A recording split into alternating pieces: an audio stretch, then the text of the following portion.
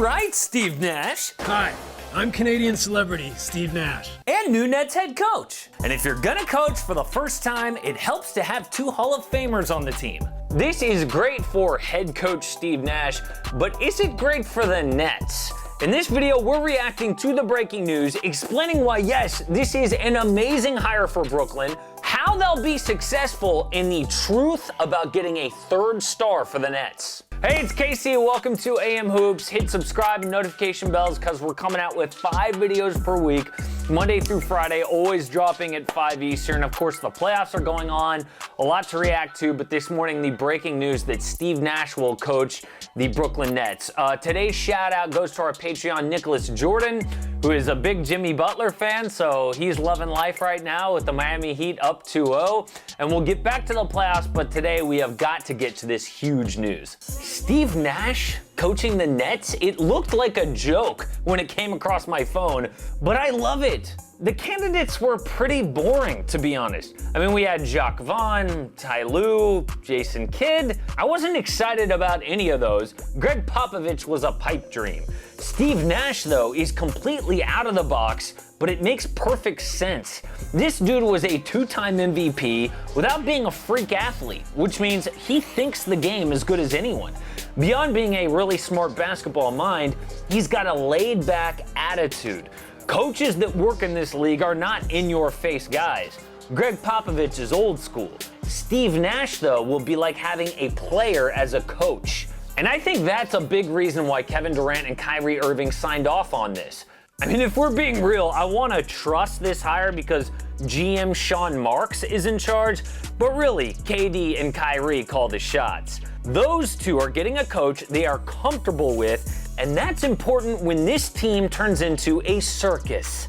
I predicted that the KD and Kyrie show will not work because of all the drama.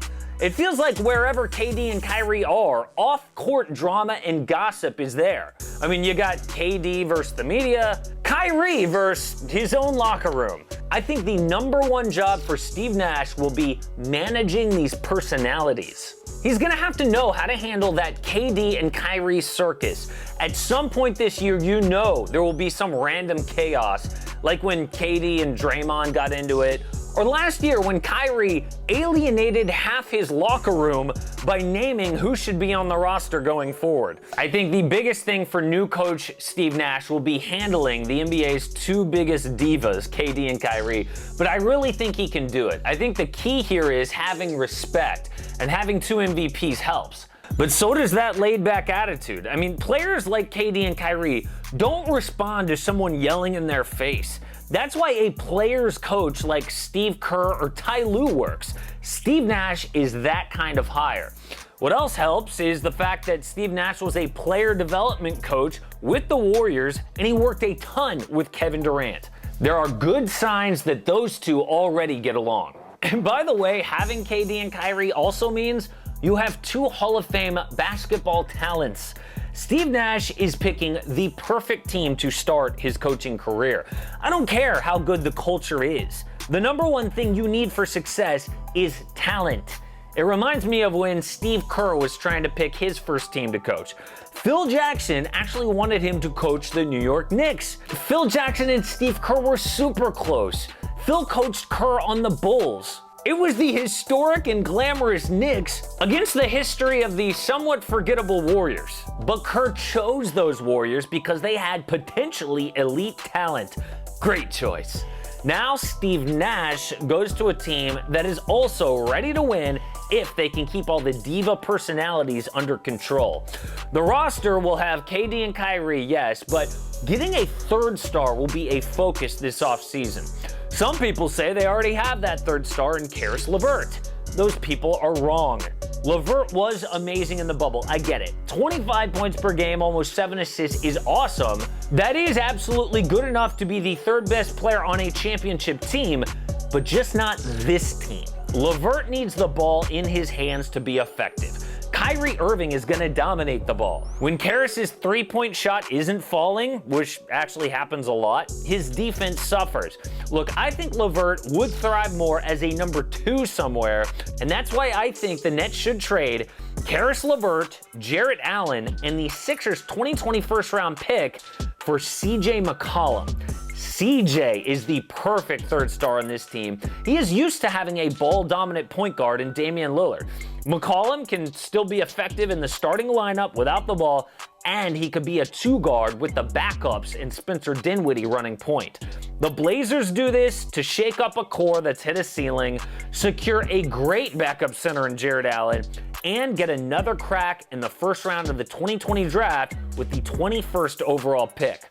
By the way, I don't care that the Nets would be giving up depth and a draft pick to get another high-profile player here. Stars win championships in this league, not depth and young players. People are going to question, though, if Steve Nash can win a championship. I think that's ridiculous. They're going to say that he never won as a player, so he doesn't know how to. Never won as a Maverick, a Sun, or a Laker. They're going to say that's where the Steve Kerr comparison breaks down, right? They're both ex-guards who have never coached before, but Steve Kerr was a 5-time champ as a player.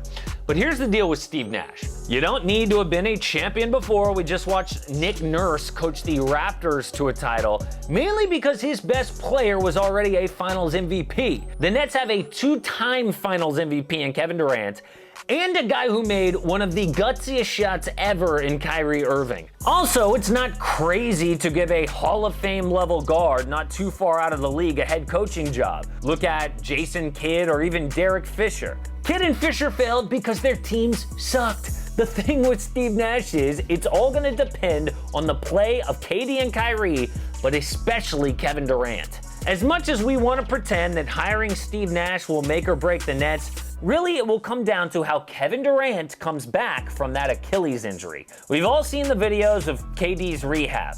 He crossed up Nick Claxton for the right-handed dunk.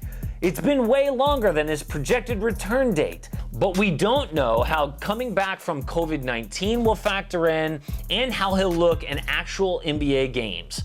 Look, I'm not going to pretend to know the answer to those things. It takes some guys a really long time to actually look like themselves again, if they ever do look like themselves. We won't know about KD until he gets on the actual court. Bottom line, if Kevin Durant looks like himself, then the Nets will win a lot of basketball games. So really, the two biggest factors for the success of the Brooklyn Nets next year are Kevin Durant's health and managing these personalities, and I think Steve Nash is a great hire for both. He's a great basketball mind who can coach the talent of KD and Kyrie. He's already coached KD. And he's got that laid-back attitude to manage these diva personalities. I think the Nets are going to be fun to watch next year as a big success on the court or a big dumpster fire off it. Support AM Hoops and click subscribe. Don't miss a daily NBA video.